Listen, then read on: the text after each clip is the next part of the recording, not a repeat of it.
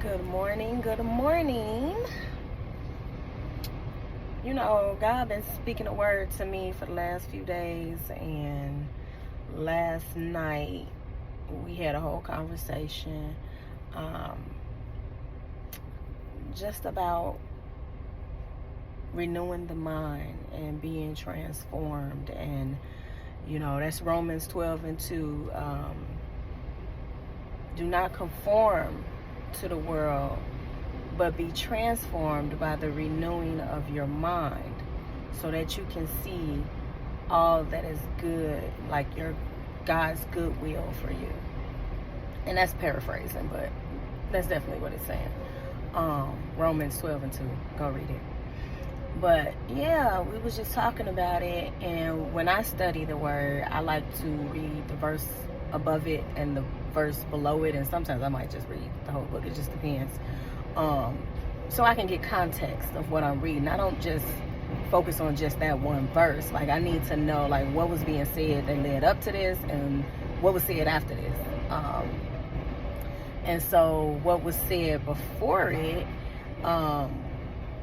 was, you know what, I gotta get my notes for this, because look, I'm in my vehicle. I just pulled up. I'm in the parking garage outside the job. I gotta pull this briefcase out because I'm a corporate girly.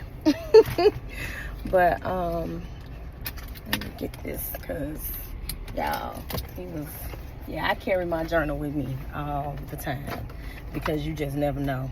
I might need to jot something down. He might need to remind me of something. I might need to get a word out to y'all, where is it?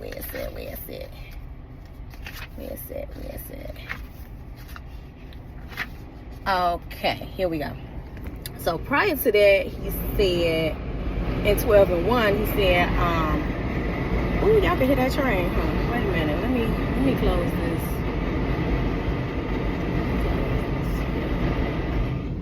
There we go. All right. So prior to that, in Romans 12:1, he said, I beseech you, therefore, brothers, by God's mercy, that you present your bodies as a living sacrifice, holy and acceptable to God, which is your true and proper worship. So my definition of that is, and what I understood it to mean, was be a living sacrifice with God's mercy. I implore you, and don't be like those of this world.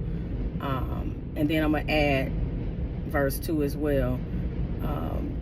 Don't be of the world, but once your mind is renewed and you have a new mindset, you'll be transformed, which transforming and made new.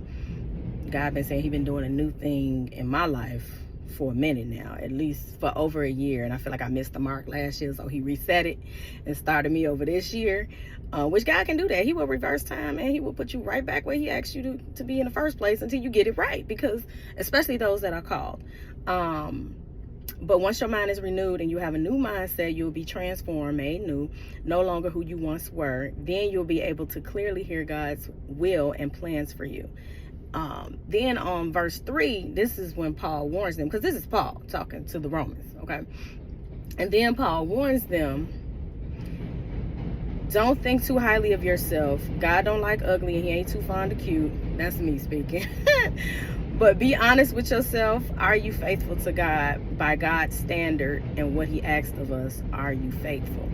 And I've been struggling with this because God has recently asked me to let go of something that has defined me for a very long time, and I'm wrestling with it, because I'm like, Lord, like, are you for real? And it's just it I've heard people say this before, like, it don't make sense. Sometimes God will have you doing things that just don't make sense. But once you get past that and you tell your flesh no and you do what He asks you to do, it's so much better.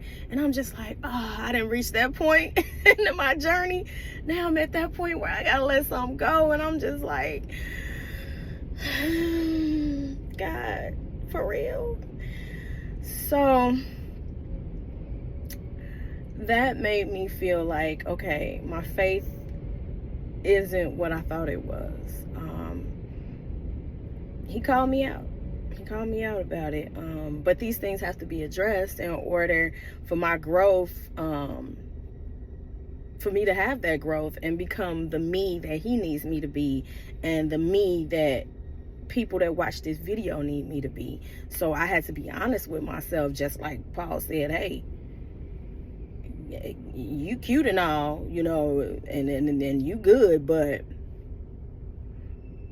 don't think too highly of yourself. Don't think you all that and you holier than thou, or that you got it all figured out, because nobody knows God's ways, nobody knows his mind, and nobody knows his thoughts, and we never can. It just is what it is, especially not in this world. Like, so I had to get that out.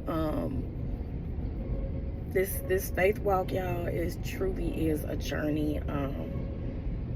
Every day I gotta die to myself. And what does that mean? Every day I gotta wake up and I gotta ask the Holy Spirit for guidance. Guide me today. God, use my words. Speak through me.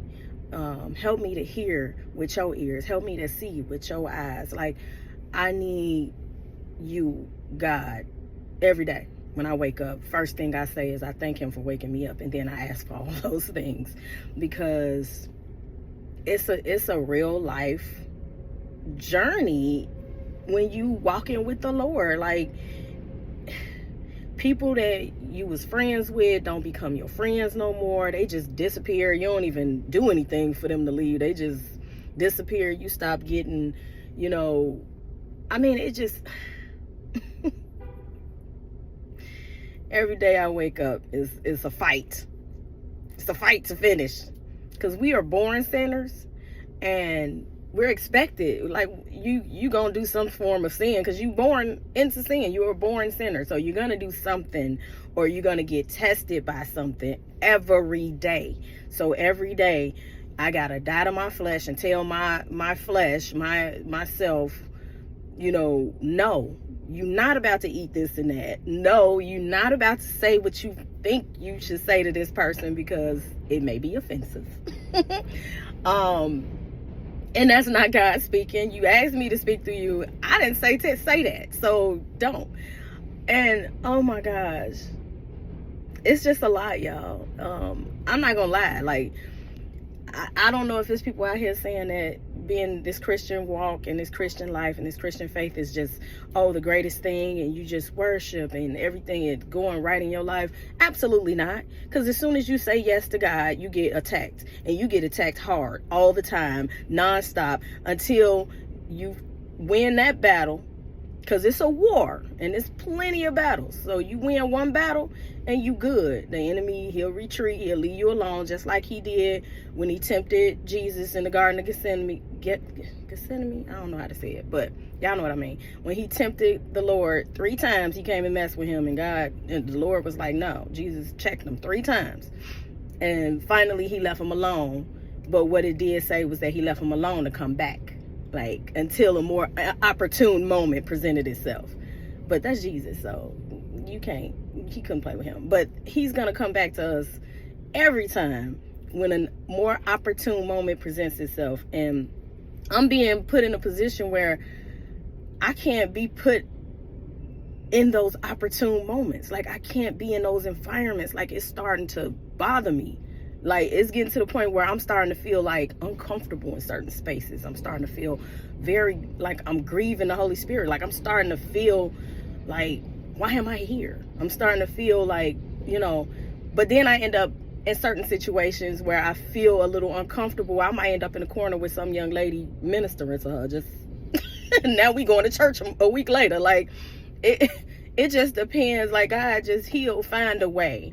And honestly, when I think about it, if I'm being more mindful, I'll find a way. Because if I must be in this space, God gonna be in this space too, because he's with me. So he gonna be in this space, and somebody about to get this word. So that's where I'm at. Look at the sun shining in my face. I'm glowing. Anyway, that's all. I just had to get that out. I'm getting to the point where the Holy Spirit is like, say this, say this, say this, and it's coming more and more and more. So I'm probably gonna start dropping a lot of videos now. I'm not gonna say probably, I am, because obedience is another big thing. My blessing is on the other side of my obedience to the Lord, and I have to be obedient. So no more sad girl, you know. I'm gotten out of that. I've accepted. My father has gone on to be with the Lord. He's in an amazing place. And I've been having some crazy dreams, and my daddy been talking to me, and woo, wait till I tell y'all about that.